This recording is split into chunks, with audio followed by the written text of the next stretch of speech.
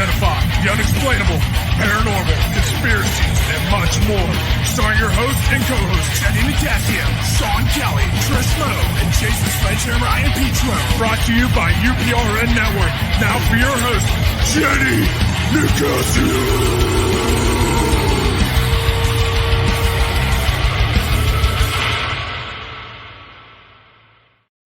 And welcome to Chasing Prophecy on FM 105.3 New Orleans, where we discuss anything and everything beyond the scope of normal.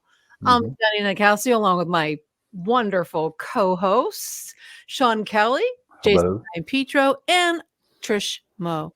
And Trish Moe is time traveling right now. She's traveling. She is traveling somewhere beyond the scope of normal. I don't know where the heck she is, but she's in the past. We're in the future because she's an hour behind us. We'll just bring her on when she gets here, I guess. So, boy, guys, we had a little snow this weekend. Oh my God! Damn, I love it. I enjoyed it. I didn't. I had to go to well, work that's because you were out in the snow. I had to work. Looks like you still have snow stuck to your face, Pep. Yeah, you like that, huh? You like that? There we go. Torture Tuesday, right? Torture Tuesday has commenced. No, Torture Tuesday. No. Oh yeah. I know, it was Gary. great. I enjoyed it. I enjoyed it. I enjoyed the snow. Me and Ava got to go play in the snow. Mm-hmm. Make snow angels. You know, it was fun. It was I actually we hooked the kiddos' sled to the back of the riding mower and went zipping around the driveway. That was this video is proof. You did not do that. Yeah, check it out. There's videos on my Facebook. I want to be careful. Somebody might turn you in. Back of the. Oh no, man! His kid is. Do you ever see his kid? Do you ever see the videos? Yeah, I see his my God! He's adorable. He's very, very beautiful. They're precious blessings. We have our children. They're blessings. Yes, and tiny terrors. Mm-hmm. Most surely. He's not 3 yet, though, is he? What, 3 years old? Yeah, he's a year 2. And a half. Oh hell! Wait till he gets 3. Yeah, he's already. Well, he's 3 foot tall. Well, you know, and then all of a sudden, when he turns 7 and 8, you don't exist. Everything. You don't exist. Oh yeah. Well, no. Wait till they're like 20, and then you think they know everything. But they always come. And then they always come back and say, "You know, Mom, you were right." Yes, sir. That's a fact. You were right. Seems to be a never-ending sort of thing, you know. The older generations say it about the younger ones, and then it just keeps going down the line. Yeah. Yeah, and we're lucky we're sitting here today because there was supposedly an asteroid whipped by Earth today at approximately 4:51 p.m. Eastern Standard Time, and we're all here, so that's good. We know. Too bad it didn't blow us up. I know. Yeah, I can think of a few places I would have liked to. We won't say that here. It's not politically correct. No, we won't do that. No. But tonight we have a pretty good evening scheduled. This is a really cool topic that I find close to my heart. Apparently, I must have time traveled. So, anyways. Cool. Oh, boy. Yeah. Lord. Well, tonight's show, we're going to dive deep into an interesting topic. Like I just said, time travel, and just like Jason's background today. And did you ever wish you could just go back in time and change a few things and try to see what happens? See, I think that's where the old saying, if I knew then what I know now. Right.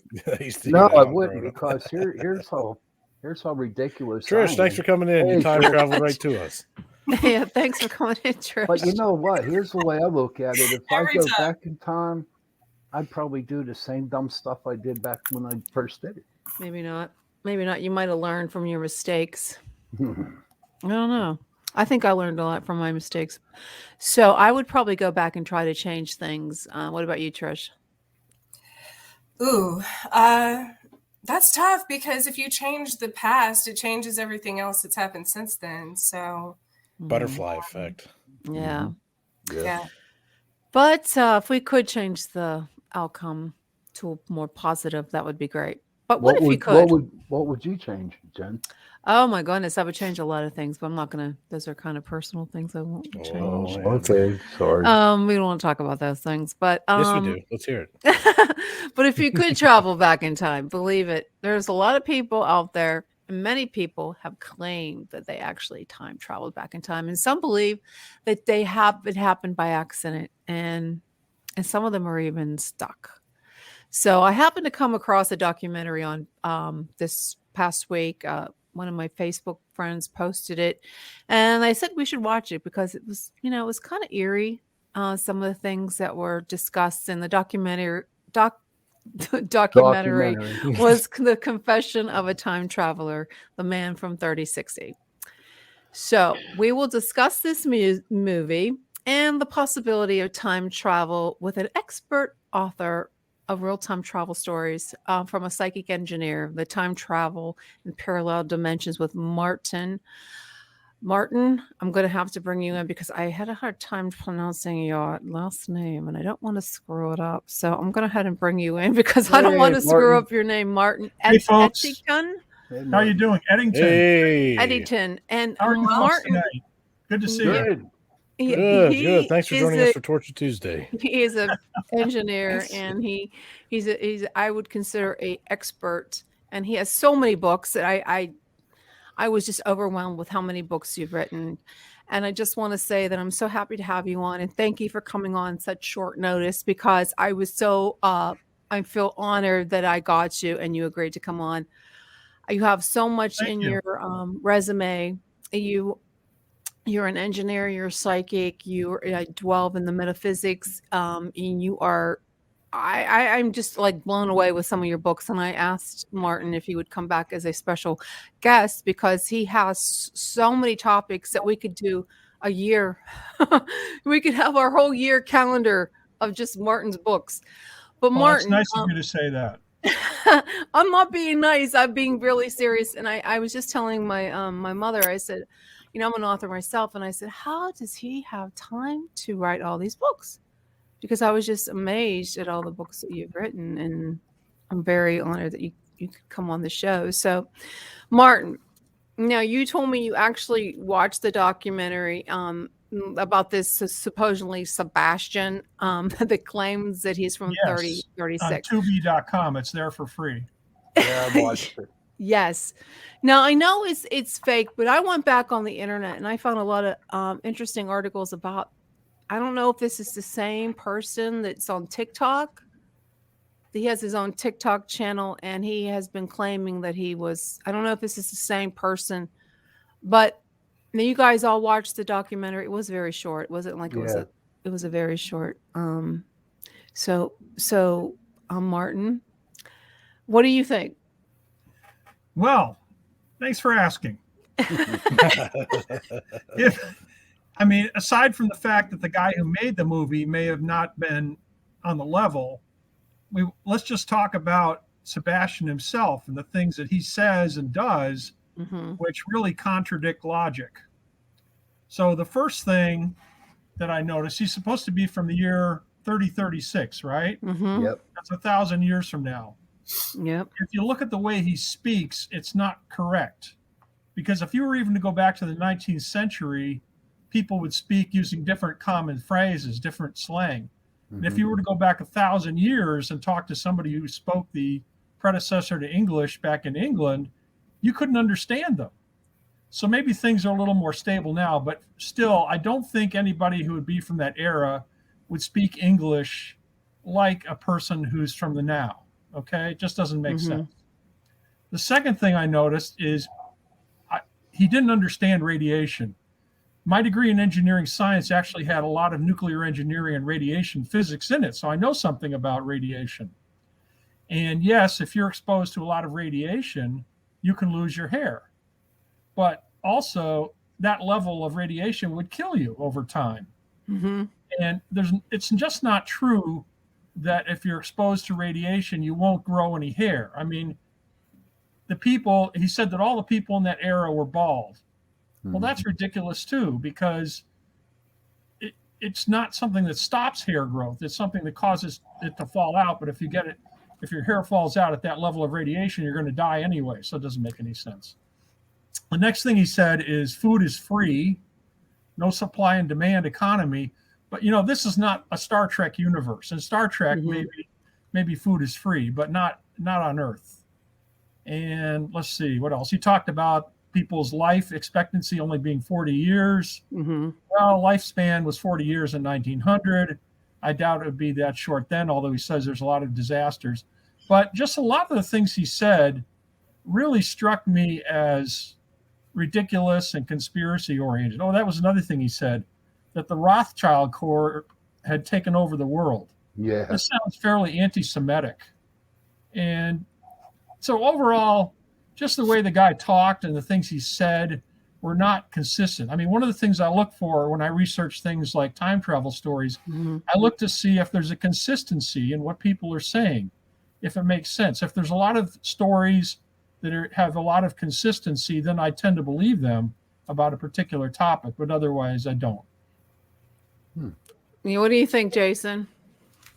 Well, I think it's pretty interesting stuff. It's curious to see. Well, I mean, obviously we won't be here, but we figure, we look back 1,000 years and how civilization was and all the natural disasters and everything that's happened and, what people have done and to where we are now. And it's like, it almost feels like there's just a huge gap there where there's just so much lost information, but now we have all this technology and everything now, in 1,000 years, what's that going to look like? Are they going to be digging up stuff that we buried, at landfills or lithium batteries or whatever and try and figure out what we were doing? It's just a lot to take in. Well, when I watched the video tonight, I was really interested. I started to get into it, and then when the guy was interviewing Sebastian, I just shook my head. I was like, "Why am I even watching this?" But I did it because of the show tonight. Because when they took a picture of his hand with that so-called thing in his hand, his chip. That could have been somebody else's hand, But here's what blew me away when they took the blood test. You know what I mean? And everything. I mean, whose blood did they take, or even if they did do a blood test? And what else was funny was this black car's been following me everywhere I go, and they showed the picture one time. I didn't see no damn black car, So I just shook my head and watched it all the way through. Trish, what is your thoughts? Well, I mean, I think there's a lot, like the radiation thing. I don't know that much about radiation. I don't know as far as its effects. I do know I have I know a lot of people that have had chemotherapy and radiation exposure, and low doses over an extended period of time cause what's called alopecia. Is it alopecia? That disease, and that does make you permanently lose your hair, your eyebrows, everything. So, and that's with low dose exposure to radiation. But what the funny thing is, he had a beard and there was hair on the comb, so that was just a total screw up. What do you think, Martin? No, he even asked him though. He said, "Your hair is growing back now, and you were bald when you came here." And he said, "It's because I'm not exposed to radiation now." Well, see, that's a setup. That was a setup for him to go into the bathroom and grab the hair from the comb. That's what it was. Well, Martin, what do you think about the 5G? Isn't that? I mean, that could be. Like they even had on the news today that they're worried about the airports and the pilots are worried that they're going to be launching the 5G, and how it could affect their instruments. What do you think about that? Well, I mean, instruments might be affected, but if you're talking about would that affect people? I mean, there's been a lot of claims over the years that cell phone electromagnetic radiation can hurt people, but I've never seen one real study that said that's the case. There's there's actually, if I could find it real quick for you, there's a huge study in the Midwest over the effects of electromagnetic energy on humans, because it's affected so many people. Maybe because we don't have any mountains or landscape or anything. Maybe. Well, I'm not an expert on that, but I haven't seen anything myself that would say electromagnetic radiation is a problem for people, because basically we live in a sea of electromagnetic radiation with but don't radio waves and TV waves. I've heard of a lot of people who live near like the power lines or have the giant antennas in their backyards right next to their house end up usually with some kind of cancer. Has anybody else heard of stuff like that? Yeah, I've heard that it's possible. linked to I guess cancer. it's possible. It's just more common. 2 heart attacks, and my most recent one, last year in September, right after, everything started opening up again after the shutdown. And my doctor specifically said he hadn't seen it much. He was a specialist. They had started studying the effects of electromagnetic sensitivity, and there's actually a disease that's called that does affect people who have, I have AFib, so I guess I'm more sensitive to it, but it does affect. That was right when 5G came about, and okay. I can't be around power grids, big power grids in close vicinity for long periods of time. I can't, because it'll give you a heart attack. So. Oh my. Well, I'm not an expert on that topic, so I would not counter your opinion. I'm not an expert either. I just had a heart attack. These are all just. I just had a heart attack. Well, Martin, I was doing a lot of research on the internet about different people that just claim that they have time traveled, and there's some articles like one of them was in a grocery store and he needed food, and another person had other items on them that were not relative to this time period. But when I was reading your book, now I found it to be very interesting, and I was just actually made me do more research on different things that you mentioned in it. Going back to, let me put my notes. You discuss real life time travelers. And now starting with the very first one, and these, I can't pronounce their names, the 2 women, but the visiting of Versailles in Paris. Now that actually made me go look on YouTube, because I remember watching Versailles, the series on Netflix, and I was fascinated with it. And that's when I went and did some research on YouTube about actually putting myself in that particular era about the 2 women. Now, to explain to our listeners and viewers about what we're going to do is we're going to go down the list, okay, starting with them. And I want you to tell people and tell them the stories about these time travelers. Now, these are real time travelers. You're saying that. Now, how do you know they're real, and where did you get your information on these ones? Because I couldn't really find too much information. Well, I do all my research on the internet, except for a few books I buy for additional reference. And what I've found mostly from researching for this book is that there seem to be kind of time portals or time warps in different places around the world that people have passed through. And this seemed to be the story with these 2 ladies who in 1901 went to see the Versailles Palace outside Paris, and they seemed to be in a field of, I don't know, negative or depression. And when they came out, they were in an area. Whoops, I see the screen is changing. They were an area around the palace that seemed to go back to the 18th century. In other words, over 100 years before the time that they actually came there. And they walked around, they met different people, they saw different things, and it just seemed odd to them. It seemed very odd. And then later they came back to the present when they went up to the main building.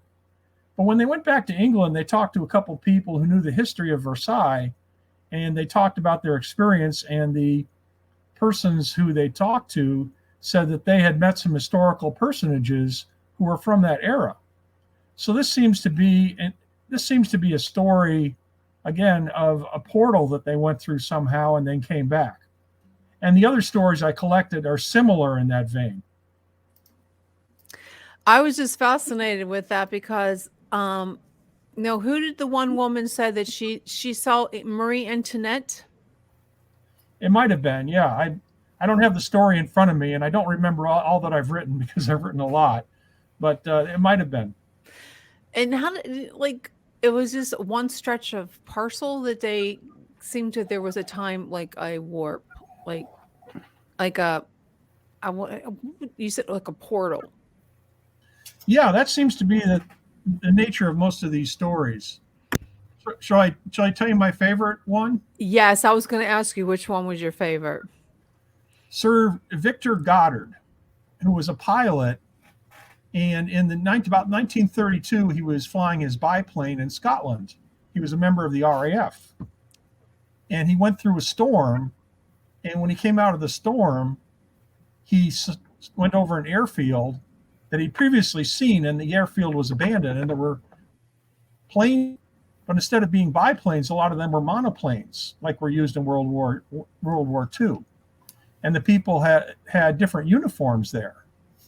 So he looked at this, flew over the field, and he flew back, and he came through a storm again.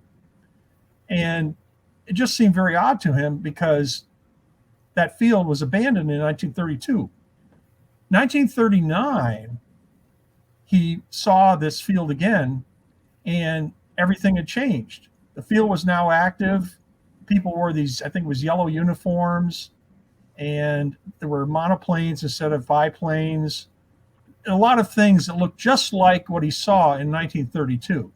Mm-hmm. And so the storm seemed to be some type of portal that transported him to the future, 7 years in the future, and then transported him back. So I thought it was a really interesting story. Mm-hmm. And again, it's along the same lines that there's portals that people can go through that transport them different places. Now, of course, we only get the stories from the people who came back. Most definitely. Jason, what are your thoughts? We're talking about these portals. Would you say they're kind of relative to like a wormhole? A lot of people are familiar with like wormholes. Well, like, a wormhole is a theoretical construction that would have to do with black holes and connecting them, and the gravities around those would be tremendous. I don't know. I don't know if it's related to a wormhole or not, but the things I've read it seem to indicate that time and dimensions, alternative dimensions, have portals too. I mean, I wouldn't say this even 2 years ago, but when I researched on the time travel stories and later on the stories of people who claim to be transferring back and forth between dimensions, I started to think that in addition to my premonitional experiences, our reality is not as solid as we think. It is really full of holes. Right. And strange things happen. Hey, Martin, I was yes, I was reading your last chapter on the book that you sent us, and by the way, thank you. Sure. And so premonitions, I couldn't understand. Premonitions are like time traveling? Was that what you were trying to say? I wouldn't call it time traveling, but it's the ability of your spirit to sense things before they happen. Okay. I look at it like the future is a probability, and we can see the probabilities of the future. Can I tell two of my personal stories that relate to this? Yes. Okay. So the first premonitional or prophecy experience I had was in about 1976. I was actually going to school at RPI in Troy, New York. And in the summer, I was working a job at General Electric's gas turbine engineering in Schenectady. And they let me meditate at my desk. That weird college kid, they just left me alone. So I was meditating at my desk, thinking about a vacation trip I wanted to take before school opened out to Cape Cod. And so I'm kind of musing on this. And all of a sudden, I see myself trying to get up on a surfboard, and I fall off, and I come up, and the board hits me, bam, into my chin, and I get knocked out of my meditation. It's so wild. And then 2 weeks later, I'd forgotten about this, and I was walking down the Cape, and I saw these guys with surfboards, and I said, "Oh, can I tell me where I can rent one?" They said, "Oh, we've got extra boards. You can learn with us."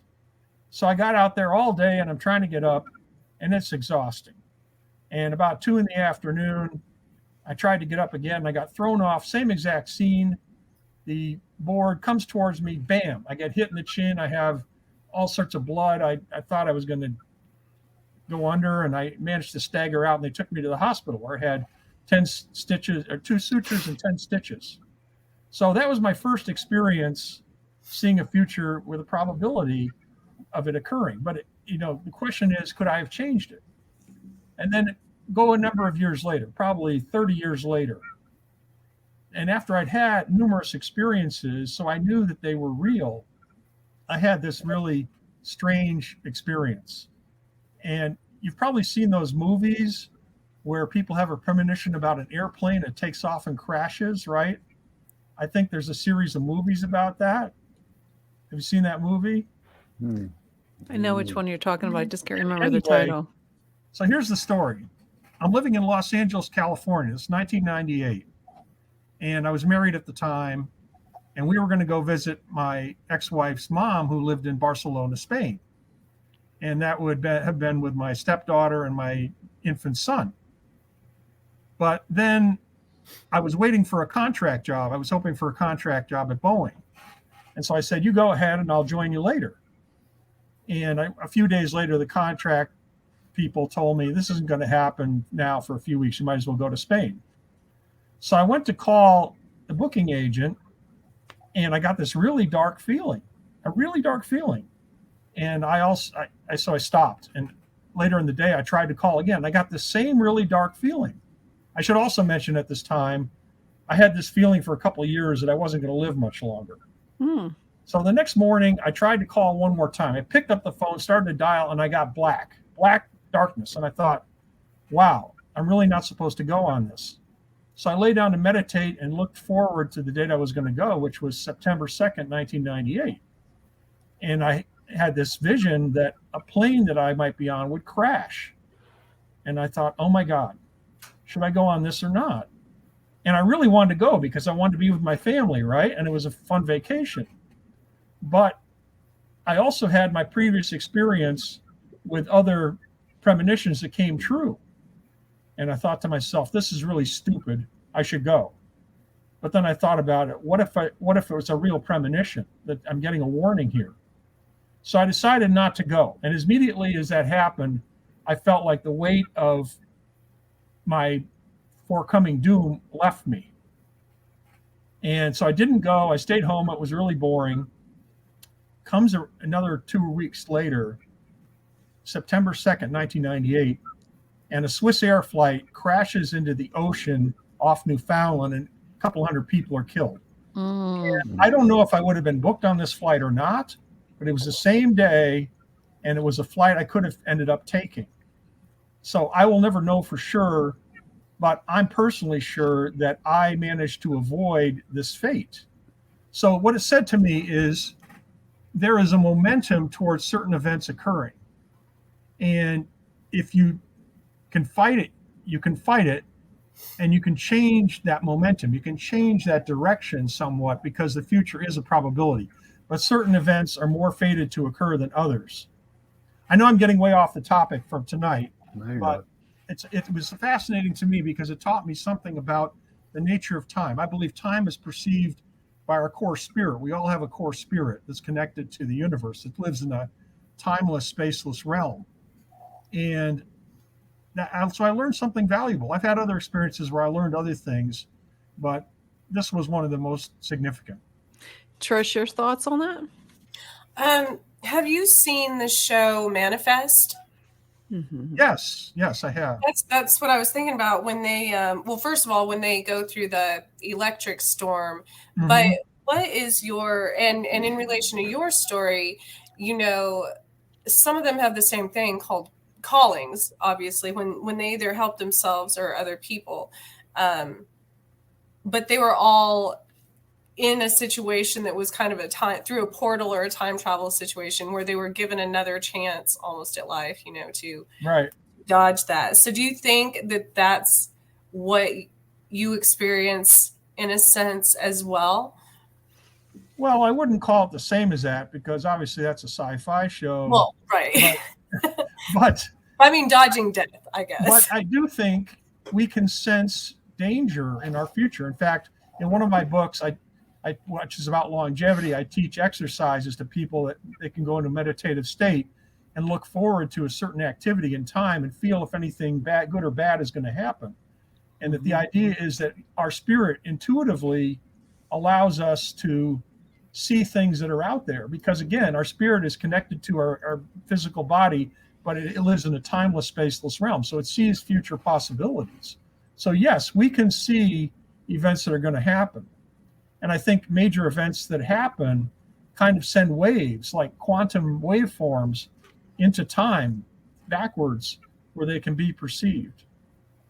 Most definitely. You had so many different stories, and there was the one that stood out about the man that died. He was hit by which one was that? I have so many here. He was the coroners looked in his pockets. Do you know which one I'm talking about? He died. He had no identity. They found items in his pockets. Was that the man from Torrid? Yes. Yeah, I don't remember all the details of that. Please excuse me, but I don't remember all the details No problem. of the stories I've written. No, there was just some items that they found in his pockets that weren't, there's no way that they weren't from this time, and they were in good condition. They weren't like old. Yeah, I think that was the guy who claimed he was from the past, and later they tracked down that he might have been that person. So maybe there's an example of a man who went through a portal to the future, which was the current time when that story was written, but couldn't return to the past. Mm-hmm. And I think there's a lot of stories like that. In fact, there are some documented teleportation stories where people spontaneously teleport to different places in the world. And I wonder if that might be just a teleportation story with time travel involved. Okay, what about the town in Liverpool? Yes. That one really, really was interesting. And I even went online looking for examples of it to see if other people, it's in the United Kingdom. What is Bold that Street in Liverpool. Yes. This is a really interesting place because there's been numerous reports of people who were in that town walking down the street, and they seemed to go back in time to stores that didn't exist today, but they were existing in the 1950s or the 1960s. And there's numerous reports of this. So this is the only story I've seen that kind of indicates portals exist. There might be more than one portal in the area, or a portal that multiple people have gone through and returned. It's really interesting because there's so many of them. There's so many stories on the internet of people. I've heard of animals too, like an animal from one part of the world, like if a zebra showed up, in the middle of Kansas or something. But it's because the theory is that they went through some portal, But there's a street, and people go back in time. Like there was one couple. There was a woman who was going to buy baby clothes. That was interesting. That was crazy, and the person said, well, she had a credit card. We don't take cards. And like she noticed that people were dressed differently. Well, how come it keeps changing? I mean, I don't know. It's like you'll be walking down the street, and all of a sudden it's no longer a bookstore. It's a diner or something like that. It's amazing. And it's I wonder how many other, areas in the world that have these portals that we don't know about. I know, that's a good question. And the stories I found were in different parts of the world. And this is again the reason why I think our space-time continuum is not as stable as we like to think. There are imperfections in it, and people can fall through those imperfections in different places. What I like that's the story you told about your wife on 9/11, about the 9/11, the Twin Towers. Now tell that story, because I thought that was really interesting. Well, I don't know. I think I included my story regarding that too, so I'll tell both. Yeah, tell both, because I thought they were really interesting. In 1976, my parents lived in New Jersey, so I would go home there in the summer from college. And I used to go into the city a lot. You take the PATH tubes from Hoboken. And at this time, they were building the World Trade Center. And I wanted to see how far I could go up in the towers because it was still under construction. But I took an elevator. I managed to get up about halfway, like the 50th floor. And it was an empty floor. There was nobody in there, just columns. And I walked over to the window and I looked at the view. The view was pretty good. And then I put my hand on the column, and I was already into meditation and different things at that time. And I'd had some paranormal experiences. So I closed my eyes and I thought, how long will this building exist? And I thought logically, 100 years, 200 years, maybe more. But the answer that came back to me was only like 25 years. And I thought, gee, that's odd. So of course, 25 years will be 2001. Yeah. The other story is that in the year 2000, I was visiting my sister in New York, and we both had a couple of infant children with my wife, now ex-wife, and we were walking around near the World Trade Center. And all of a sudden, she had a vision, and she said, a lot of people are going to die here. I said, what are you talking about? She said, there's just a lot of death here. And she felt very uncomfortable. She had herself. So anyway, that was all that happened. But this also shows me as an engineer, as a technical person, that major events like 9/11 can send like waves of a rock being dropped in a pond back through time, which people perceive. And I've had other experiences that indicate the same thing. So major events, theoretically, you could change the probability of them happening, but to do that, you'd have to change the minds of thousands, if not millions of people. And that's why practically it doesn't make any sense to try and do that. There's so many different items, like time traveling is a consciousness traveling, like through meditation, like on Somewhere in Time, where Christopher Reeves, he would lay down and meditate with an item, hold the item in his hand, and he time traveled. And then there's the story, like, with Michael J. Fox, where he would go into a DeLorean, I guess, in time travel. Yes, a good movie. Is it possible? I mean, I've been watching the Time Traveler show on, I think it's on Hulu, I'm not sure. Where these people, the government has made a time machine and they go back into time, like to the Hindenburg. Is there any possible way, like the government is making time machines, like in the Philadelphia Project, and that was mentioned in 3036? I mean, is there? Well, I'm not going to say it's impossible, because I think there's a lot of government secrets and we don't really know the truth. But my own personal belief is that time travel would happen more with your own consciousness, your own spirit's interference with reality or connection to reality. I think it's more of a mental or spiritual phenomena rather than something you can control by a machine.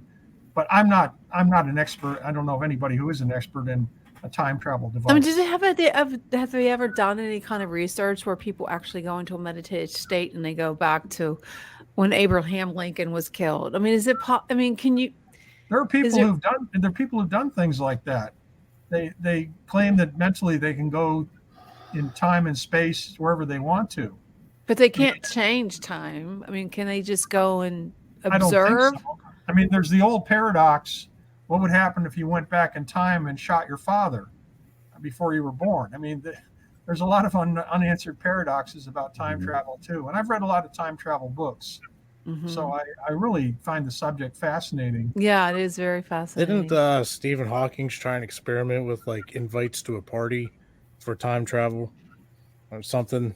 It was just a couple of years ago. Or invites? I don't know. Yeah, he had like invites and he had a party set for a set date, and then he didn't want to hand the invites out till after the party to see if time travel was real, because then the people would have showed up because he went back and then gave them the invites.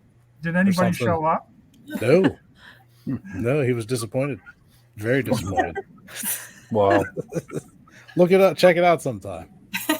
I used to think as a kid, standing on the lawn of my parents' house, that if I buried a box in the lawn and it was intended to be dug up in a couple hundred years, that I wanted somebody to come back and visit me, that they might do that, but it never did happen. So I don't know. So the folks that can do the time traveling, are they able to like go at will, like just back and forth, or are they like certain times, would you say? From what I've seen, it seems to be spontaneous unless you're near a portal, in which case that it would be the portal that does it. But one of my other studies, because I've written a lot of books on the paranormal, one of my other books was on teleportation. And there do seem to be people who have had teleportation experiences and can teleport themselves if they're real adepts, real spiritual adepts. So the question is, could those same people teleport themselves through time as well as to a different physical location? So maybe that's a possibility. Do you think that sure. the teleportation? Do you think they might just be astral projecting? There you go. Astral projection is different. I mean, astral projection is your spirit leaving your body and going different places. Yeah. But from the exercises I've seen about doing teleportation, it's astral projection plus another factor, which is a visualization of yourself going from where you are to another location. So I have not personally teleported. One book I read said you can't learn to teleport until you're about 300 years old. I don't know. Good luck. Come back in time and let us know how that worked out. Martin, yeah. In the Pacific Northwest, there's a lot of woods, and and from what I've read, that there's a ton of portals out in that area. Okay, in the woods itself. Have you ever investigated or researched portals that are out in that area, or even anywhere out in the woods where there's portals? That's a Bigfoot country, isn't it? Out in the Northwest. Yep, it is. The reason I say that is I wrote a book on Bigfoot too. I gathered up a lot of the available research, and some people think Bigfoots come from, I won't say a different time, but possibly a different dimension. Yeah. So there might be different dimensional portals. A book I wrote about Ireland. I know I'm skipping all over the place here. I hope you don't mind. But the ancient people of Ireland are called the Tuatha De Danann. And the Tuatha De Danann claim they came from another dimension called the other world. And there's stories about the other world. So it makes you wonder if they really did come from there. There's stories of people who went to the other world and they were there for like a year and came back, and it was like 100 years or 200 years later, which might indicate a different dimension because the time might be running at a different rate in that dimension. Anyway, I know I'm getting way off your question, Sean. I'm sorry about that. But the reason I mentioned it is I think there might be portals which could be either time or dimensionally oriented in the area you're talking about. And it might explain why some cryptozoological animals, where they might reside, maybe they come from another dimension or even another time. Mm-hmm. Now, do you think that, speaking of the past and interdimensional beings coming from those places or different places in time, do you think that it would affect a person's age if they were to time travel, or would they not age? That's a really good question. I don't know the answer, but it's a really good question. I do think it's possible for people's astral bodies or spirits to impress themselves on another being. So what about the idea that a person travels astrally through time and takes over the body of another being in a different time, which might be a different age? All sorts of interesting possibilities. And I would think the energy that it would take to do that would be physically, almost physically, would physically increase your aging. If you did it too often, I guess. I don't know. It's a good question. We're just in the realm of speculation here, but these are all good questions. There's a question from Alexia. I have an astral projected unknowingly and knowingly, most of the time into the spirit world. Is that considered time traveling, or is spiritual world considered a different dimension or a different reality?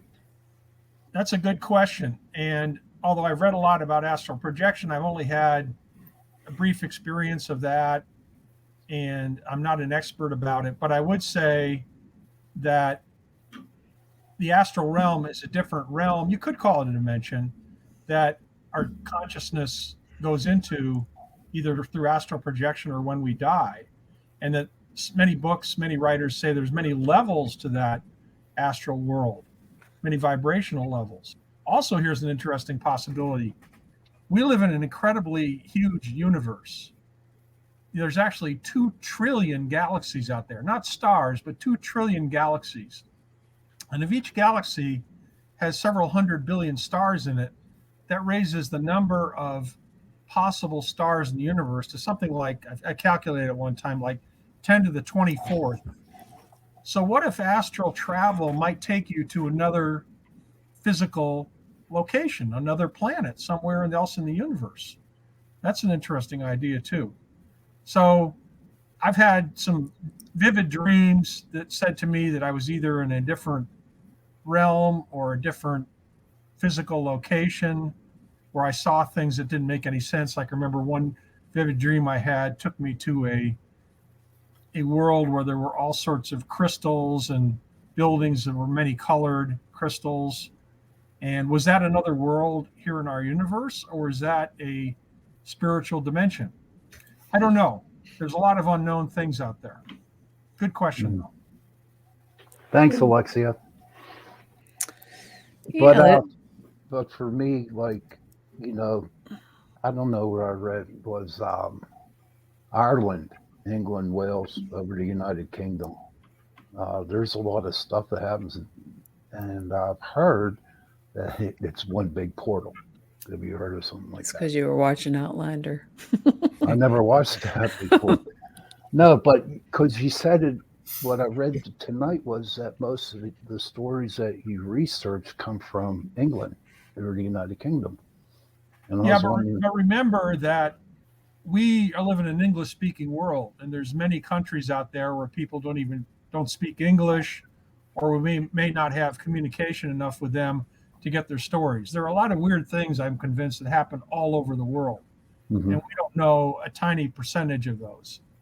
So yes, some strange things happen in England, but I think they probably happen other places too. I think we just know more about what happens in England because they're kind of brothers to us. Have you seen those pictures on the internet about the guy that's walking in I think it's the 1950s, and he has on a t-shirt with a novelty shirt, and he has dark sunglasses on, and he totally looks out of place. Did you ever see that picture? Yes, I think I know the one you mean, where there's a guy in a crowd with dark glasses and seem to be dressed the same as the others.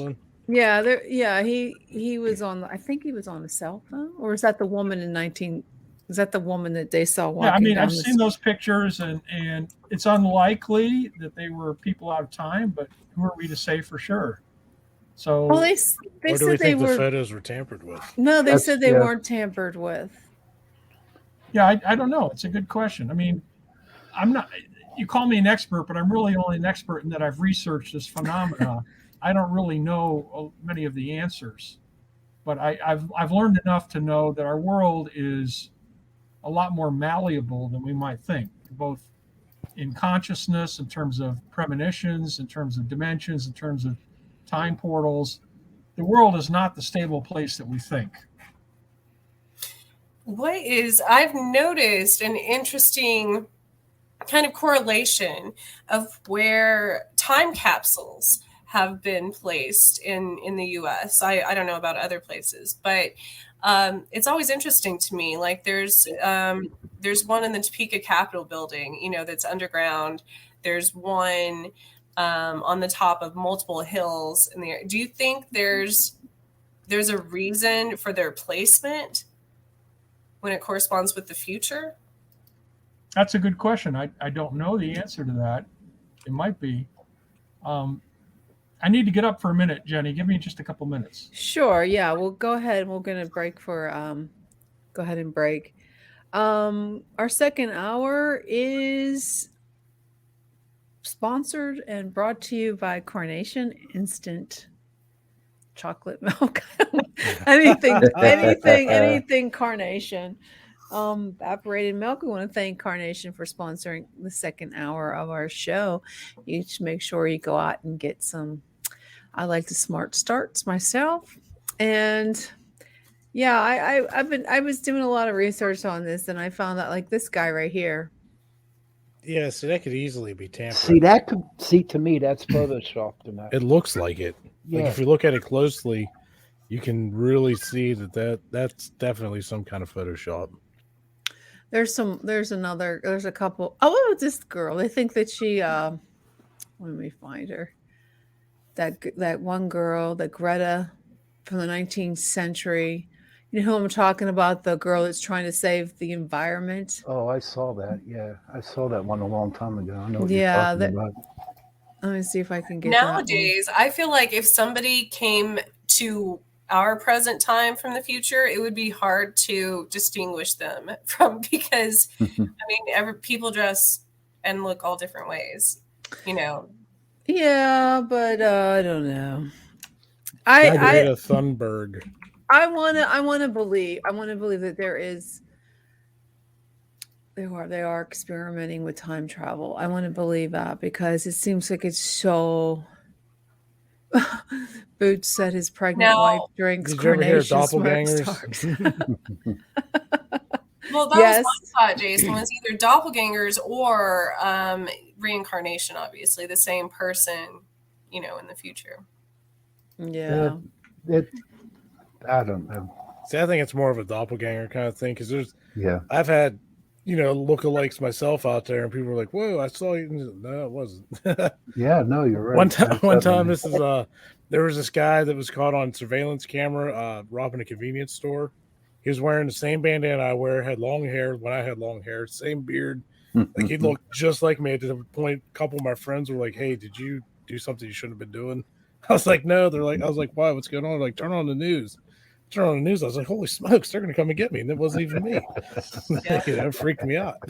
Well, going back to the documentary 3036. Now, I did some research. Once I watched it, I went on, and there was a guy found in California, Cypress, I think, Park, that had his hand. They found a dead body with no identification. They could not locate who he was, and his hand was removed. So, I don't know, guys. Maybe when that guy was doing that video there, that he said, "Oh, look at this. There was a guy who got burned," and he just added it on to his story. That's the way I look at it. I thought it was a bunch of rubbish, Jenny. I'm sure it is a bunch of rubbish, but if you think, what if it wasn't? What if it wasn't, and he did get stuck? And I wonder if it's based on somebody that really was a time traveler and got stuck here. How would he think about it? How would he survive? Like, would he have to get a job? I mean, he can't get back. Think about little stuff like that. And here's some more questions for you. And also him staying here, how would that affect the future? Yeah. Like, is that allowed? Is there some sort of, universal time travel law that you can't? Holy crap. Look at that question. No, it's two parts. Who wins the 2024 presidential election? Does a false flag alien attack? Well, we know this is going to happen. They're going to probably do that. Well, there's a lot of speculation that there will be a fake. And we go back to the Blue Ultra. What's it called? I know. Project Bluebeam. Yeah. Where they simulate an alien attack just to cover up something, or just to. I'm really waiting for that to happen. I want to see that. I want to see how. Yeah, I'd like to see some aliens. I like to see some aliens, but I want real aliens. No, I had an experience when me and Sean were just starting our show. My son had the same feeling of time shift. Now, Sean, do you remember when I got? Remember when we had the missing time? Yeah, when we were doing a show, and I missed a whole hour. Yes, I remember. And my that. son felt the same thing. And it caused a big argument with our producer from our other radio show. Yep. That I totally missed an hour, and we can't explain what happened. Yeah, that was creepy. It was very. Were you in the same location, or what? What else happened? Yeah, we were doing a radio show, and I got upset because we were supposed to go on the air, and our producer was supposed to. Was it a recorded show that was supposed to play at a certain time? And I'm like, where's the show at? It's 7:00. It should be on. And I'm like freaking out. I'm texting Sean. But my son felt the same thing. We were all confused with the time. For 1 hour. Hi, baby.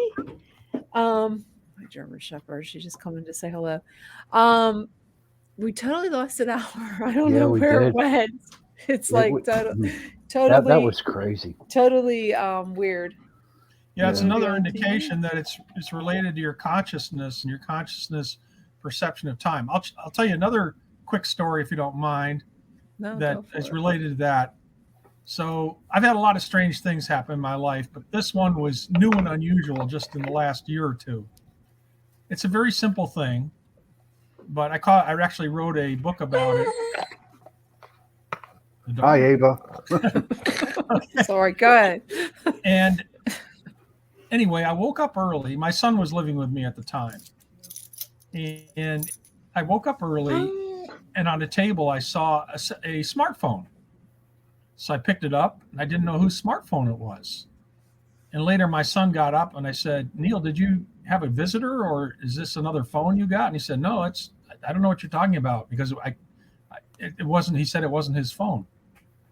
Then the cleaning lady came over several hours later, and I saw the phone was no longer on the table. And I asked her, do you know what happened to the phone on the table? And she said, oh, it's my phone. I said, oh, really? Can I see it? And she showed it to me. My God, it was the same phone that I'd seen hours ago and I'd picked up and handled. How the heck did that phone appear hours before she even came to our house? I don't get it. That's why I think, it was by location. Somehow there was some rupture in the time stream and her phone appeared where I could see it hours before she was even there. It was very strange. And I like to think I'm a pretty observant person, and I was trying to explain it. And that's one of the weirdest things that happened. Because that is weird. Like, how many times could that happen in your lifetime that you could even, account for? I mean, the chances of that happening again. Yeah, it's one in zip. I like to try and explain most of the experiences I've had, which is, I guess, one reason why I research and write the books and where I spend so much time on learning meditation and reading about a lot of spiritual things and having spiritual experiences, in addition to being an engineer. But some things are still somewhat hard to understand. But I look at everything that's happened to me as a learning experience. What about missing time? I mean, do you ever have missing time? No, I've never had missing time, but I've talked to other people who have. And were there any aliens around or UFOs around? I don't know. I've just recently, after we had a meteor erupt in the atmosphere over here, and was it a meteor, right, guys? January 1st. January 1st. Yep. I can recall missing time. Like, okay, I looked at the clock and it's already like, wait a minute, I just looked at the clock and it was 12. Now it's 3 p.m. Like, what happened to my time? Yeah, I think something's happening to your consciousness. I don't know if you meditate, but you might want to meditate and go back to that event in your mind and see if you have any feelings about it or memories that are missing or something about it. What about you, Sean? Do you ever have any missing time? No, not at all. Jason? But there's times, when I'm just driving and then you get to where you're going and you have no idea how you got there. You don't remember driving, you don't remember seeing anything, and you're just like, wow, how did I get here? Or thought, whatever. That's about it for me. Trish, I know you have. Yes, most of those times led back to abductions and stuff through regression, hypnosis, regression therapy, and such, though. So, I mean, listen, I know I was missing time, but I was going to say I was trying to find it because I know it was 2 or 3 years ago, and it was all over the world, and everyone had accounts of missing time in every country. So, really, when was this? It had to have been 2018 or 19. I know it was before COVID and the shutdown and everything. So I want to say 2018 though, but it was a worldwide phenomenon, so people everywhere. on a specific day had accounts of missing time. But I was also going to say, have you heard, Martin, of the Great Unconformity? No, I haven't. Please tell me. It's something I recently came across when studying rock formations and stuff with my kids. It's there's a gap of missing time between 100 million and 1 billion years long in history, which is crazy. Like, it's just, you know, how they date fossils and rocks and things like that. And one specifically is in the Grand Canyon. Well, I have researched and written a couple of books about out-of-place artifacts that are hundreds of millions of years old, but yet could not have been made by man because humanity only goes back a few 100,000 years. So there's a lot of strange things back then. I have my own theories about that, but that gets into a whole different subject. But there's actually enough to fill 2 books of out-of-place objects that should not exist. The more of those that are found, the more you begin to think there were many civilizations before ours back in time. That's wow. That's what's crazy about the Grand Canyon theory, because it's like if that giant, you know, it's like on your computer, if you accidentally move one file to another folder and it changes everything, what if that happened, you know, in geographical locations in the world in different places in time? And then you would end up with all of that history in another place. Well, we talked about it, was it last week? The author with Missing 411 was in this one area, and they didn't test with a couple guys. And, you know, from here, maybe 50 yards, there's 6 minutes lost, you know, and that's crazy. And the whole story behind it was that the tribe that actually lived there, they just fell into a portal or whatever. They disappeared. But there is a place that you lose 6 minutes from point A to point B. Where's this at? I really wish I knew where it was. It was about a hiker. He took a hike and he followed this path and he disappeared and never was seen. And what happened was this Missing 411 author, he brought a scientist there and they did an experiment with time and they lost 6 minutes. And exactly where the guy was last seen is where they lost 6 minutes. That's really interesting. Maybe there was some type of time portal there or dimensional portal. And at that time, in the same place, like I said before, that there was like, I think, Indians and Native Americans, whatever, but there was a tribe there and they all disappeared. No one could find them. It's like they fell off the face of the earth. There are stories of people disappearing in plain view of others, like a person walking across a field who just disappears, poof, and other people are looking right at him, and he never comes back. So, again, these are things people like to discount. It's not possible, but it happens. Now, could it be the government doing some of this stupid stuff? Stupid. I don't think our government's smart enough to do that type of thing. I don't know. They probably already did it. I think our government does have secret technology, probably has secret anti-gravity technology and a lot of secret ships. But things like this, I think our people don't even know about. The dog's trying to tell you something. He knows. Yeah. So if anybody here could time travel, would you consider going back to the dinosaur age to see what it was all about for real? I'm sorry, go back where? Like the dinosaur I'll be right back, guys. Okay. Oh, see you, Jenny. Oh, yeah, that's really interesting. I read some good science fiction stories about that. I don't know that I'd want to go back to the dinosaur age because I might get eaten. That's live life on the edge. But I might want to go back to the past. I mean, one of the sci-fi books I remember was about a guy who goes back, a modern man who goes back to Rome, and how he introduces a lot of technology in Rome to make money, and he gains a lot of power in Rome. Mm-hmm. And I'm trying to think of who wrote that. Anyway, it's an interesting premise that what could you do if you took the knowledge of a 20th century or 21st century person and went back in time.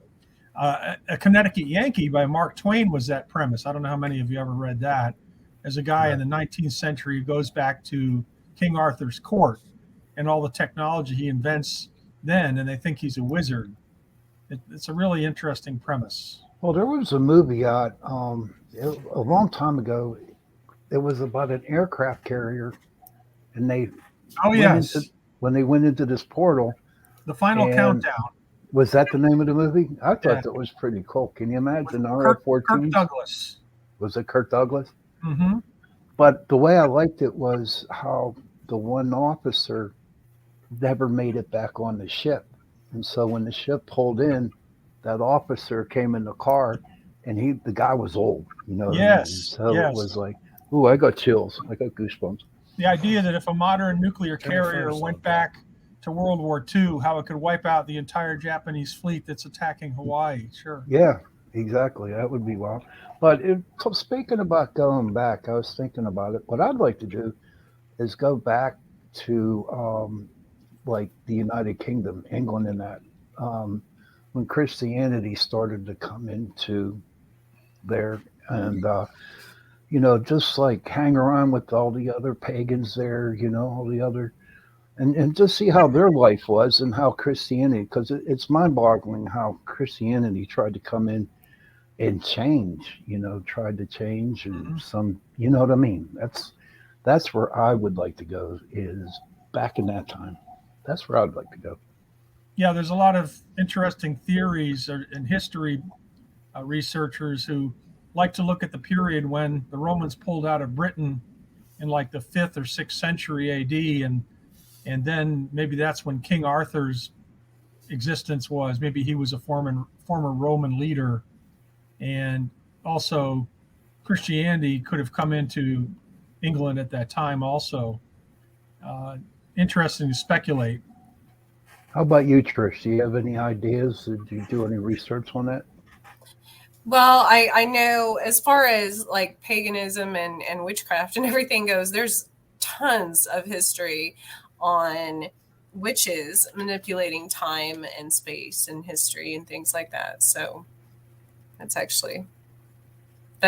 an entire, I guess, specialized area. And that gets again into the whole issue of your spiritual abilities to manipulate time. So what kind of, I'm sorry, go ahead, Trish. Oh, I was going to say it's kind of the same.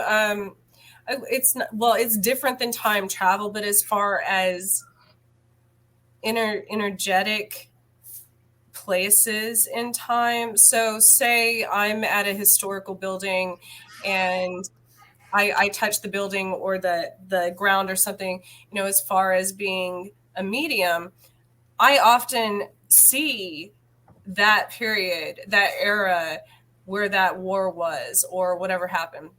But that's more on the spiritual realm as far as something with a lot of energetic resonance happened in that area. It's not like I'm traveling back there to that time. Well, when you go to Gettysburg, I go every year, and there are times I'm out there on the battlefield and I can hear the guns being shot. You know, I can smell the gunpowder, you know what I mean? So it's like, am I time traveling or what? Or are they time traveling? Or are they time traveling? Probably a lot of spirits of the dead out on the battlefield. Oh, I guarantee it. But it's just amazing. It's like, okay, am I in this portal where the Civil War? Kind of like the movie The Others, you know? Anybody ever see that movie? No, I never did. It was like I forget the actress, but it was her and her two kids living in this house, and then like they get invaded by these spirits, they think, and trying to communicate with them, but it actually turns out that they are the spirits. You know, I've often thought that. Yeah. Like, what if we're actually, you know, intervening the spirit's way of life? Something to think about. That was what was the one movie with years ago, and we're all just with Bruce Willis. What was he in? Die Hard.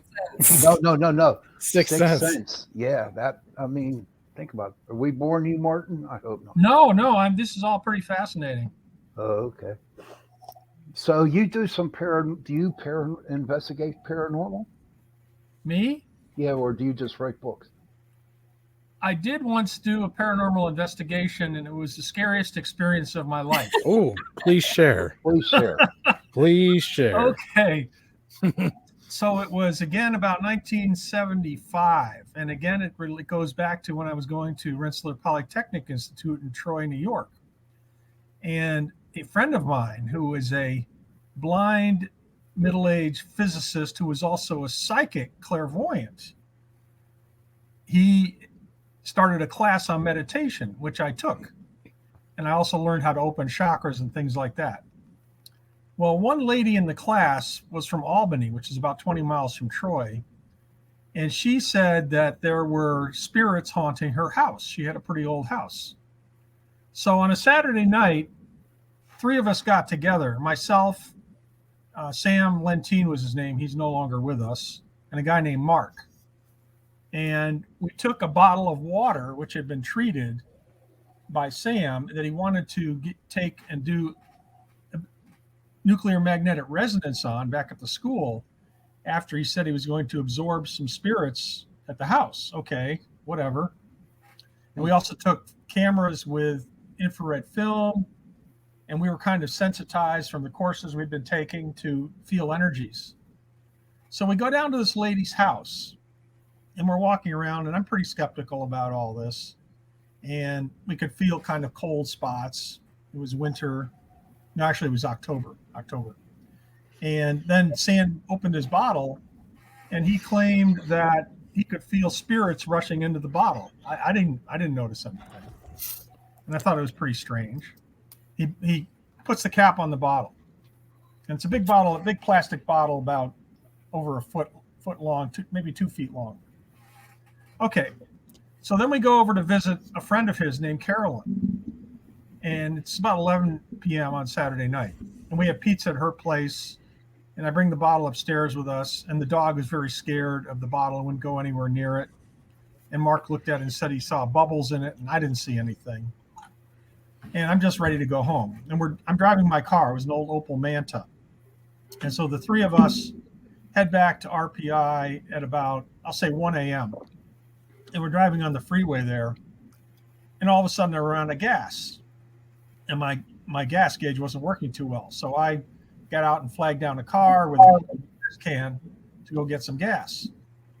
And I got back with the gas, and these guys said, "Martin, something really weird's going on. There's rocks flying against the car, and it just doesn't feel right." And I said, "Just calm down, guys. We had a long evening. We're tired, so just calm down." So we get in the car, and we started heading back. And this is where it starts to get really weird. So they're sitting in the back seat. I'm driving, and I start to feel a presence hovering over my shoulder in the air. And I couldn't tell what it was. And we're going down, and we have to cross a bridge over the Hudson to get back into Troy. And we're going up the hill, and these guys are just starting to panic. And I said, "Guys, will you just calm down? This is ridiculous." When all of a sudden I feel this presence, whatever it is, surrounding my head, penetrating my brain like it's raping my brain. It was just an unbelievably awful feeling. I've never had anything happen like this before or since.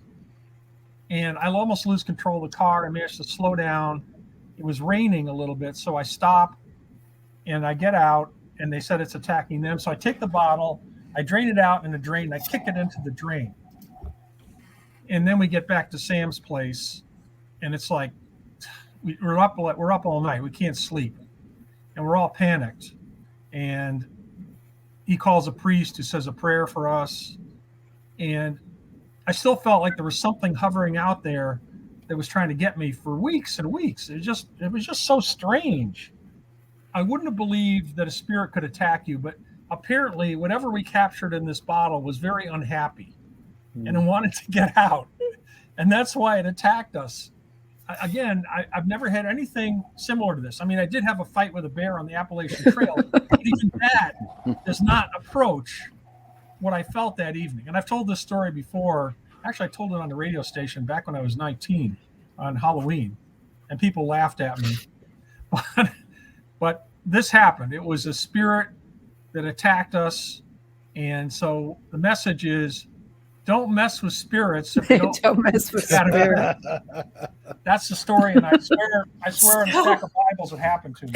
So, I don't know if you all are familiar, but that's actually a way that people, a lot of mediums and psychics and stuff, use to cleanse a house or a building or location or whatever. Mm-hmm. If you take a jar bottle of water, the spirits are automatically drawn to that, the negative, because the water is an element, and and it has energy, obviously. So it's magnetic attraction to that. So that actually, but in most of those cases, they dispose of it right away. That was maybe where we made the mistake. Toilet outside, somewhere away from the house. Yeah. Could you imagine we wanted to run it through scientific instruments. You don't take that with you. Yeah, that would be good advice. I wish we talked to you back then. You'd have a real crappy day. Most definitely. Oh my goodness gracious! Somebody's doors open. I never heard of that method about clearing a house with water. Yeah, and so even if you want to, I use moon water a lot because, especially this time of year, if you don't like to use sage or things like that, if you leave or even just regular water, glasses of water out in different rooms in your house, it automatically attracts even negative bacteria and stuff. The water is obviously sitting there stagnant so it's not flowing. So you have to get rid of it. You can't leave it there forever. What if you drink That's it? pretty cool. What if you drink it after you get sick? I wouldn't drink that. You don't drink. But it'll also act as an alien repellent, like in science. Yeah, on science. Was it science? What was that? So it's multi-purpose. Most definitely. I have like 5 glasses of water laying around because I'll bring one in one room and I forget it and get another one. Oh, you can fill up a dishwasher full of dishes. That's why the spirits are all in your room. Yeah. Yeah, there's just so much we don't know about our universe. The more I learn, the more I read, the more experiences I have, the more I realize how little we know, how little tiny bit we know. Science and technology is just about a little part of our realm. Martin, when you were doing your research, did you ever research something particular that you actually went down into a rabbit hole? A rabbit hole? That's an interesting question. Let me think about that for a second. Rabbit holes. They're usually fluffy, full of bunnies. I go down this like 3 times a day, Sean. Yeah. What? I'm always in a rabbit hole. I would say this. Every time I research a subject, and I will tell you that I wrote a lot of my books just because I was curious about the subject and I wanted to see if there was anything really to it. I tend to find out that in most cases, there's something to it. And the way I judge it is by the evidence and whether the evidence is consistent. For instance, on time travel stories, if there are a lot of time travel stories that have a lot of similarity in them, like there being some type of open portal, then I think that there's probably some consistency to it. So that's how I judge a lot of things, by the consistency of the stories. But the more I learn about some things, the more fascinated I get. Like I recently did a book on the abominable, not the abominable snowman, the Bigfoot. Okay, Bigfoot. And there's a lot of books out there on Bigfoots. And I had never read any books on Bigfoot. And so I'm researching it and I'm starting to realize, my gosh, there's been like thousands of sightings of Bigfoot in North America over the years. Yeah. And there's a lot of valid stories, like a guy who owned a ranch in Texas, and he actually found a Bigfoot family living in the woods, a mother, a father, and a baby Bigfoot. Wow. And family. There's actually descriptions of them, and you can put the descriptions together, and they sound like this. The composite is they're 8 feet tall, 7 to 8 feet tall. They're very hairy. Some people describe the hair as red or gray. They have cone-shaped heads at the top, and they make this loud growls. They smell awful. I mean, there's a lot of other things you could come up with for the composite. But I just find the more I research, the more strange things I find. In fact, if I could blow my own horn for a second, Jeannie, is I put one book together I call Stranger Than Science, Stories and Facts. And I pulled information from like 20 different books of mine of all sorts of different weird things I've found just to put in that book, because I think it's kind of a good composite of this. So, yeah, I guess answering your question about a rabbit hole, every time I get into a new subject I don't know anything about and I research it, I do find a lot of strange things going on. Very interesting. I'm looking at this question. Yeah, that's a big one there. Is that a question? No, it's just It's a statement. Yeah, about Gettysburg. Mm-hmm. Yeah. If you hear the sounds of the Battle of Gettysburg when you are at the location, you are receiving the telepathic thoughts from the soldiers who heard the sounds themselves. My friend, theoretical physicist Dr. Jack Safari was one of the scientists who proved in the lab that both radio signals and telepathic thoughts could be sent back and forth in time. It is also the reason you can sense that something is going to happen to you in the future.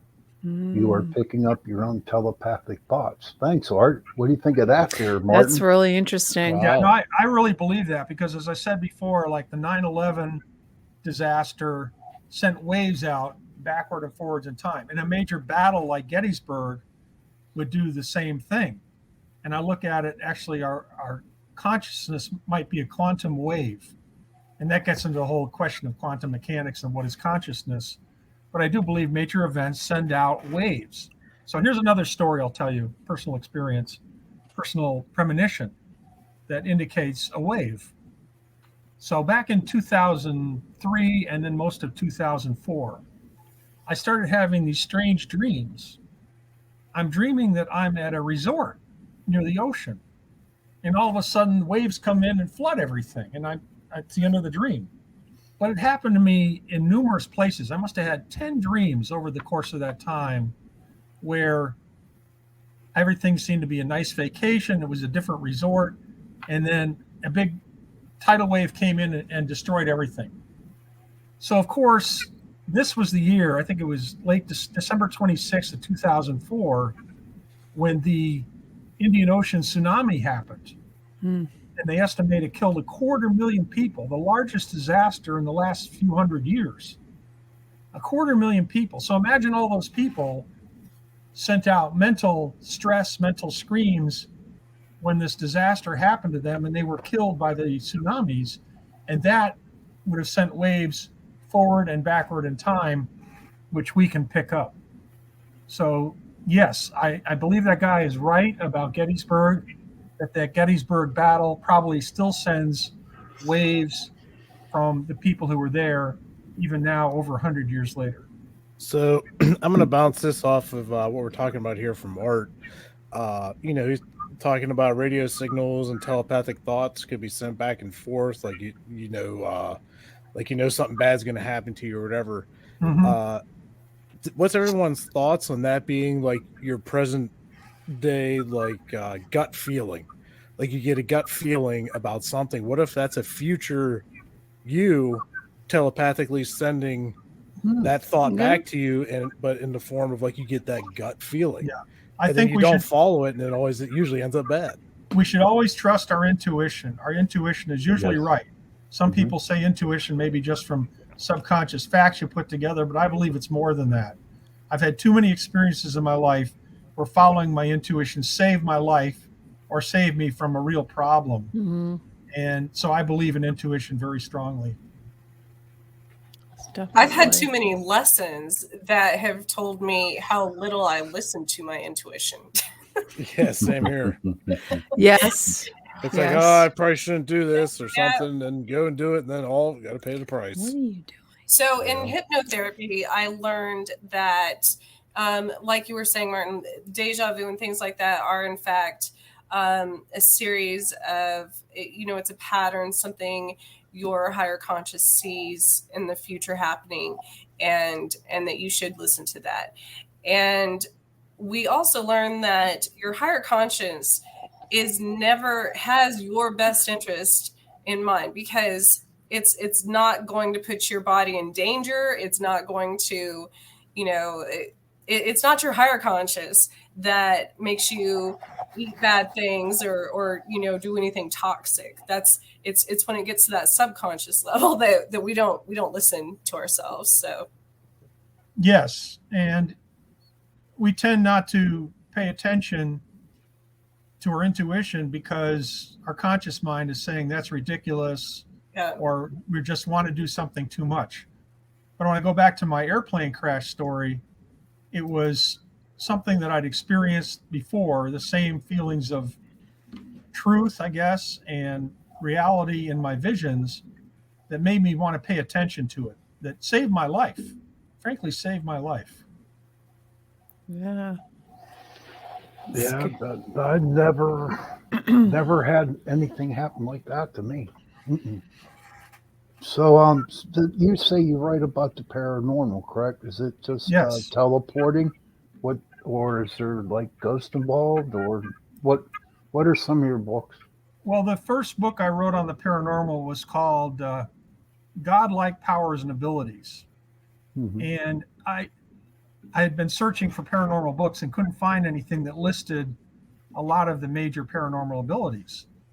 So I wrote one. And my belief in the basis for this goes back to something called the Yoga Sutras of Patanjali. Has anybody ever heard of that? The Yoga Sutras of Patanjali? Nope. It's a book written in Sanskrit about 2,000 years ago in India. And it's a book on spiritual development. It's actually 4 books written in Sanskrit, which is very dense.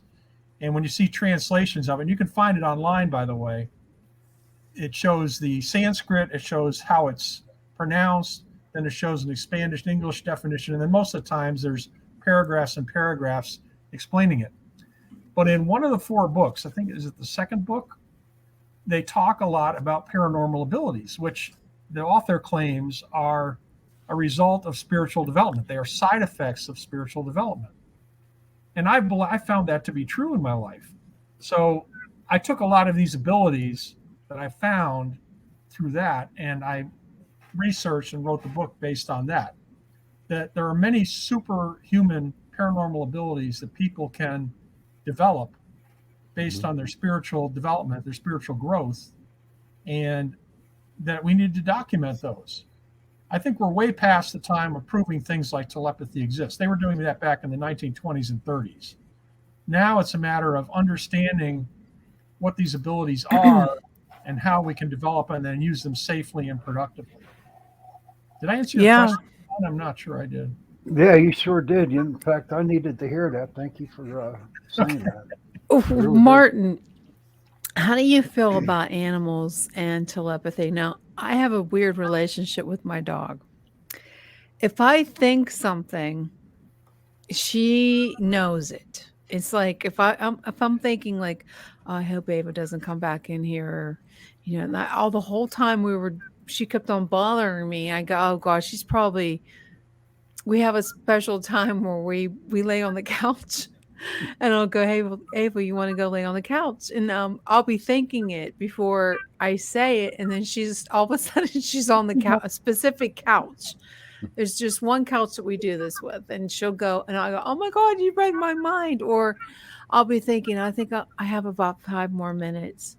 I'm going to take Or she just reading your emotions because dogs. No, I don't know, because I'll be up in my office and I'll be thinking, oh, what time is it? It's like, oh, 1 o'clock. I better take it. I love that. In fact, I have a story about a dog premonition. So I love dogs. Mm-hmm. I used to have a, it wasn't a golden retriever. It's the other one.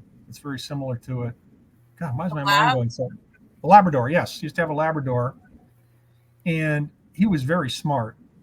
Now, this is when I was married, and I'm in the kitchen with my wife, and we were going to do some work on the dishwasher, which had a problem, and there was water inside of it. And I didn't think about it. She started to reach into it, and the dog goes crazy and starts barking at her, barking. And then we realized, oh my God, what she was going to do would probably get her electrocuted because we hadn't turned off the power. Oh my So we God. turned off the power and it was safe. It's like your dog knew. The dog had the premonition that she was going to get hurt, and he made it well known. The dogs are so smart. Oh my God, they are. I've had other experiences with dogs. Some are embarrassing. I don't want to talk about, but well, I understand that because I'll be thinking they're a good judge of people. That's for sure. Yeah, they are. Oh yeah, they know that dogs. I believe my dog is telepathic, and I'll guarantee it. I'll be thinking to myself, oh, I should take her out and not to play in the snow. And it's like, she comes flying upstairs and she's like, come on, Mom, let's go. Or if she sees my gloves or something, or she knows right away we're going to go outside. Yeah, they make great companions for people. They've been around, for us, 20,000 years, maybe 25,000 years. So they've evolved to understand us. It's amazing. I do this thing where I go, I'm going to tell you, come here, I'm going to tell you a secret. And then now she knows us. She'll come right up and she'll listen real quiet. Like she'll be listening. I'll whisper. I'll go, I'll tell you a secret. I'll whisper. She goes like this. But it's so funny now because I'll say, come here, I'm going to tell you a secret. She'll come flying up. I think it's fun. But yeah, she's too smart. It scares me. And I do believe, like Art Greenfield said, dogs are telepathic. They are. There's this weird. My big dog, when you talk to him, he always like tilts his head. Yeah, it's like, what are you talking what's he doing? Yeah, we looked it up, and they're saying that when dogs do that, they're really trying to understand. Yeah, they're trying to understand what you're saying. Yeah, it's spooky. And I think any like animal or person can be telepathic in that sense. I think you're getting on the same frequency as your dog. Mm-hmm. You're so close and so connected that you're on that same frequency, and so you start being able to communicate with each other without words. The same as if you're with a close friend and you finish their sentence and you say, get on my level or get on my frequency or whatever. It's now, if we can only understand when they're trying to telepathic us to say, where's my treats? No, they know where their treats are. They don't have to. And you can tell if you have a really strong relationship with your dog is if you yawn and they yawn too, because usually people only do that. Yeah. Well, Jason got 4 dogs. Is that true, Jason? Yep, I got 4. 4. Yeah, but did they yawn when you yawn? I haven't seen any yawn when I yawn, but all their personalities are crazy. Well, keep. We got the old man. We got the lovable one. We got the devil. The devil. We got the cuddler. Yeah, my little girl dog. I swear, she's 8 years old and still just super black. Yeah. Yeah, she's something else. She's like a cat, just like an evil cat, but she's a dog. We'll get back to time travel. I think that I don't know. I find it to be a very, very interesting topic. In a lot of movies, they don't like to do time travel because it's so expensive. So you don't see too many time travel movies anymore because they're so expensive. Yeah, I guess that would be. Yeah, because it's very expensive, and they're usually canceled. Like series, I know there's the Travelers that's on Netflix, and there's another one, the Time Travel. What was that one movie with? I think it was Jodie Foster years ago, where she was in that like gyroscope kind of thing and time traveled to see her dad or something. But it was only in a matter of like a couple seconds, but to her it was like forever. Oh, you're thinking of Contact, where she goes to visit aliens. Was that it?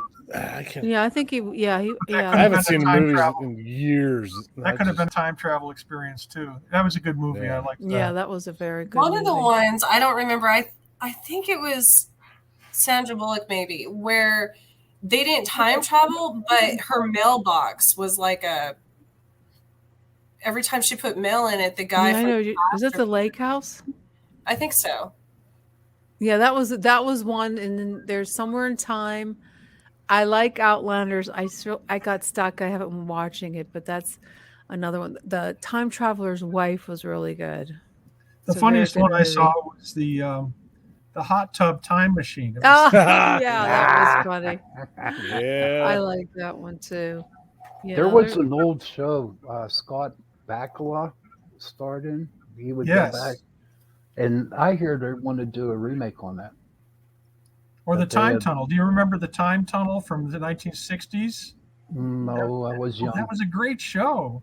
Doctor Who, isn't that a time traveler? He is too. But the time tunnel was, I think Irwin Allen made this a series, and it was a secret government project below the desert, of course.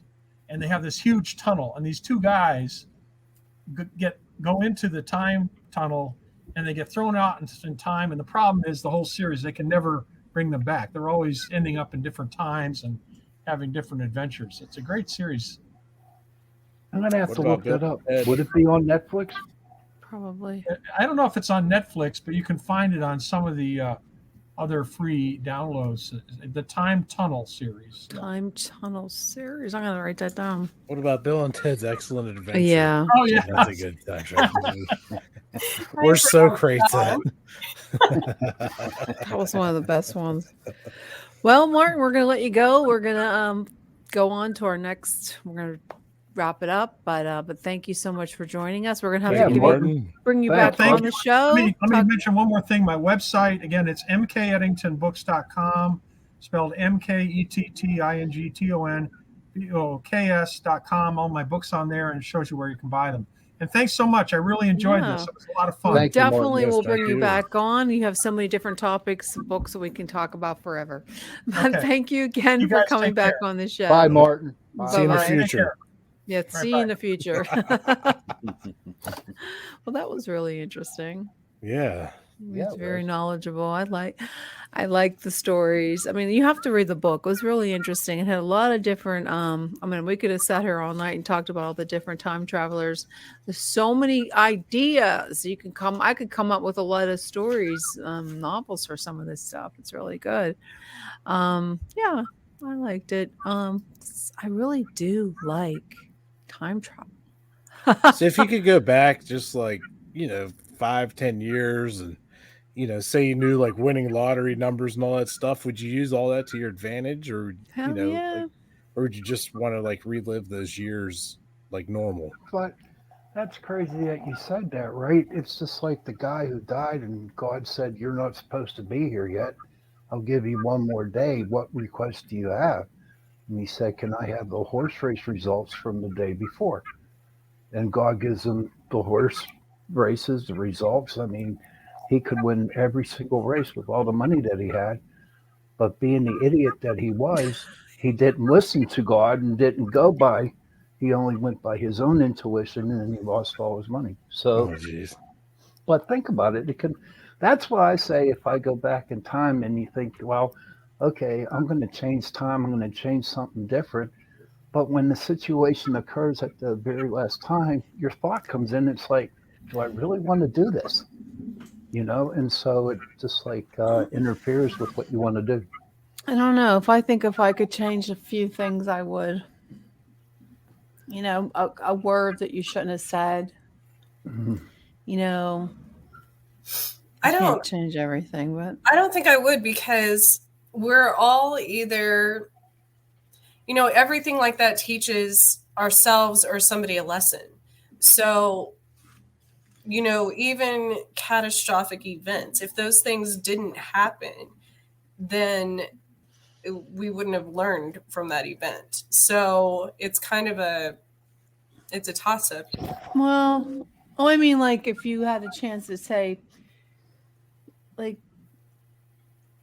you had a fight with somebody and then they died. If you could go back and, use, better choice of words or didn't fight. I did an entire video on that because people haunt me.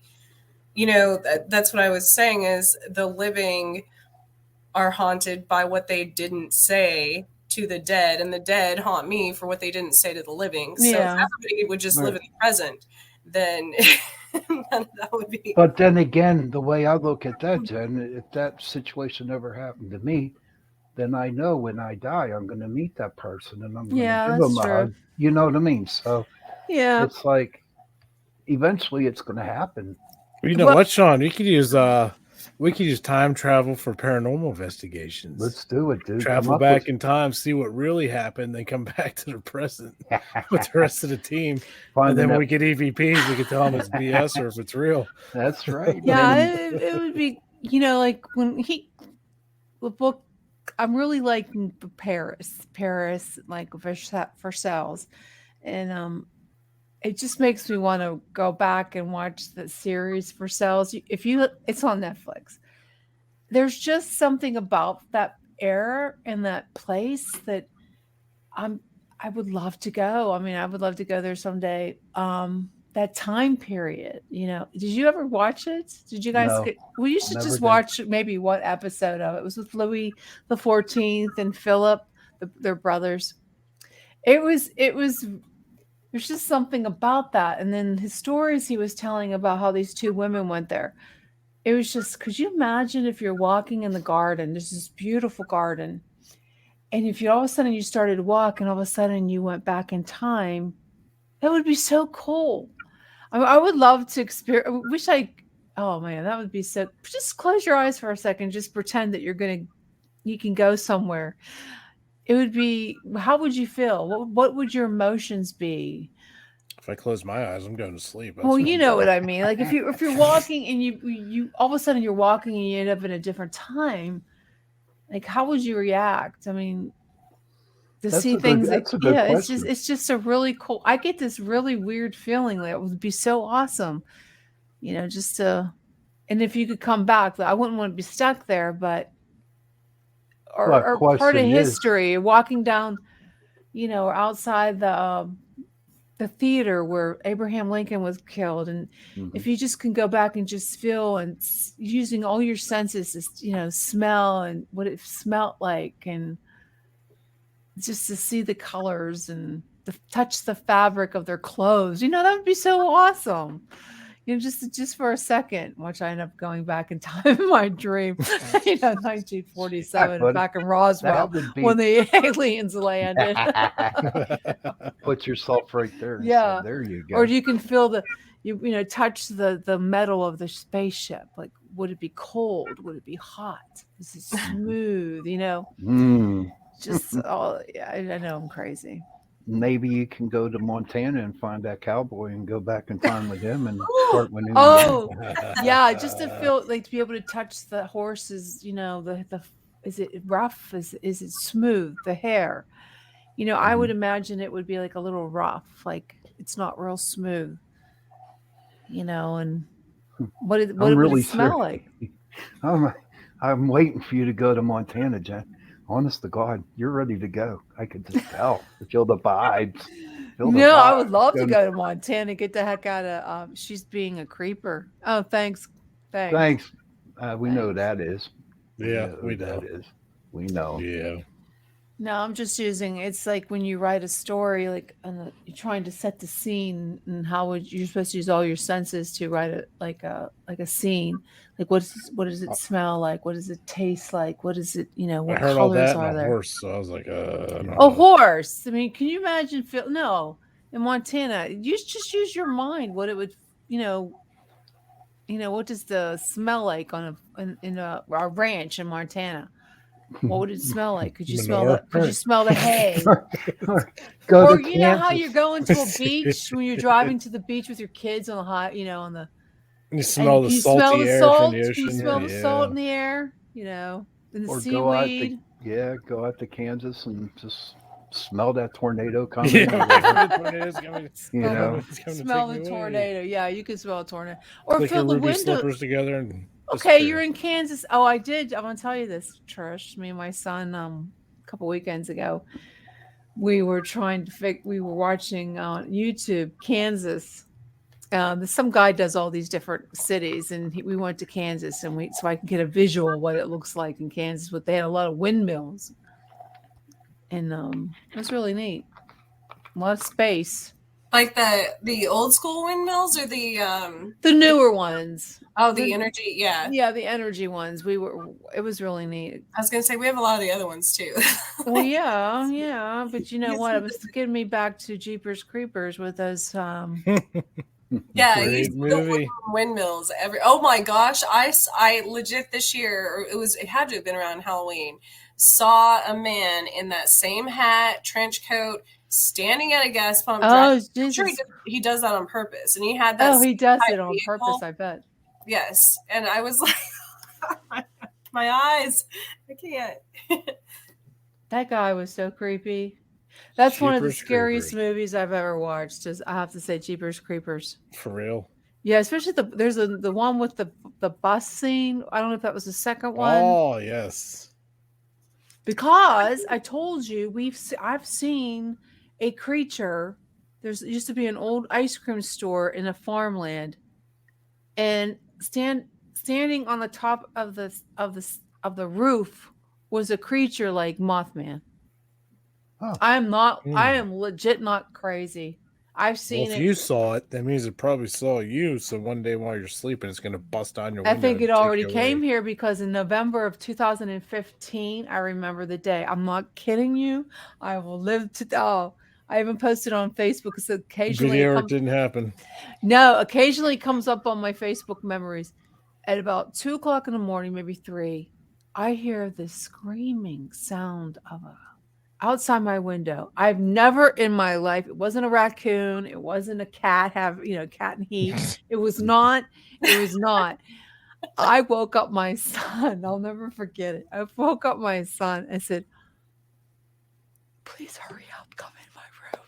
There's something outside my window. Oh, please. And he comes in and he goes, holy shit. We were like, my heart's beating like, what the fuck is that? And I was like, what is that? We're canceled. Shut up. What is that? What is that? And he actually slept in my bed that night because he was so scared. Oh, wow. It was whatever it was not human. And I told Stan Gordon on the phone one day, I don't know what this thing is because we heard it jump from the ceiling to the ground. Literally. What'd Stan say? He said, who knows what it could have been? It could have been the Thunderbird. Remember, it's in the same area. This thing was huge. We heard it on the ground. Wow. It jumped. It jumped from the. He's coming on the show in a couple weeks, right? Sean, there's a question Yes. for Let me I tell you what we have here. Okay, we have. I don't time travel. I'm sorry, I don't. What kind of equipment would you use? What kind? See, now if you could time travel, you would know because you'd already been to the future. Now you're back to the past, so now you know what equipment you would No, well, actually, the 8th of February, we have. We don't have anybody for February 1st. So if you guys know anybody that wants to be on the show, if anybody out there wants to be on the show, You know what? We do. That's that one dude from the place we're going to in New York. Remember, I sent you the message about it. it's on February 1st. Yeah. Do we have him booked? I gave you all this information. Oh God. You probably told me when I was in the middle of something. Hinsdale House. The Hinsdale House. The guy. That's right. That's right. I didn't contact him though. I don't know if he still can do it. We got like 9 months until then. The Hinsdale House. Well, we can try to contact him this month. We'll try to do it. Maybe. Do you have a personal relationship with this man? I've been in contact with him, so we can get the group up there. See if he wants to do. See if he's able to do Monday, Tuesday next week. We have that open. We have Badge of the Bum Paranormal coming on the 5th of February. Stan Gordon's coming on next week, although we won't be able to do it on here. Wait a minute. That's not right. Stan Gordon's coming on the 15th. Who do we have on the 24th? I have to go back and look. There you go. Use your time travel and go back. Where the heck is January? Wait a minute. Okay. Where the heck is it? Okay. The Appalachian guy. Yeah. Appalachian Bigfoot. He's coming on the 25th. So with all those Bigfoots, out there and everybody's seeing them, why doesn't everybody just grab some bags of jack-o'-lanterns and go wait in the woods? Just wait for them. And I bet you there's people out there that does that. Honestly, Pete. Bags of Jack. Seriously? No, really. No. Bigfoot is real, but I don't know. I totally think it's I think they're just inbreds. I'm sorry. That's okay. You can get some of those dog toys. You put peanut butter in. They're like a puzzle. No, I don't believe he's from outer space. I believe that they're just in the Appalachians. People live in the, these small little, like West Virginia town. And I just think that they're inbreds. They're just, You shouldn't be having hairy inbreds, huh? They're just inbreds that really are messed up, and they live in the Appalachians. But they live everywhere. They're everywhere. There's so many mountain folk. I'm gonna get myself in trouble. Oh Lord. No, Trish, you understand. And heart doctors. I mean, I'm from Kansas. I have no idea what goes on the East Coast. You know, seriously, no. I believe that there is these. No, going back to missing people. Okay, I believe that they are being taken by these creatures or Bigfoot, but they're just. I don't know.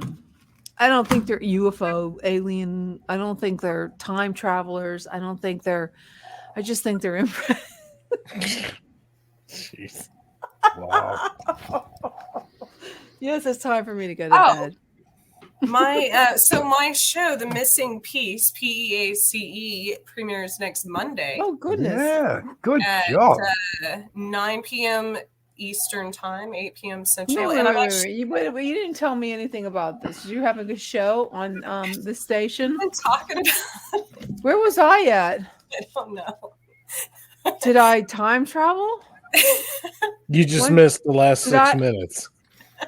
Wait. No, I was here. You weren't. You disappeared. Like, thanks for coming back. What happened? Okay, did you discuss this before? And I didn't know about it. Okay, so you have a show. Well, congratulations. You didn't tell me, Chris. Chris. Who the hell is Chris? Oh my God. It's time for you to go to bed, honey. Trish. Okay, what she's going to turn the pumpkin here any minute. 9 p.m. Eastern time. Yes, 8 p.m. Central. On the UFO Paranormal Network?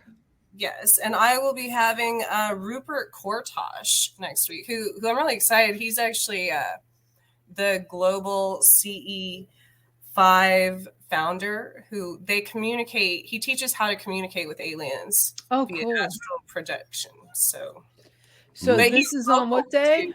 Kansas. So Monday. Monday, 9:00 Central, Eastern. 9:00 Eastern. 8:00 Central. That's going to be interesting. Mm-hmm. Definitely. Well, congratulations, everybody. Check it out. Trish's show. What's it called? The Missing Piece. The Missing Piece on 9:00 Eastern on Mondays on the UFO Paranormal Network. That's awesome. Okay, guys, we're going to call it a night. Thank you again for joining us and tuning in. Good night. Thank you for Torture Tuesday. Thank you for tuning into Torture Tuesday, folks. Until next time. Until we meet again. Next week. Next Tuesday. Future. We're going to time travel from next Tuesday. We're going to time travel to Tuesday. We're going to time travel. No. We'll see you on next Tuesday because we're going to time travel. I need a vacation before we go back. Oh my goodness. Okay. Let's see.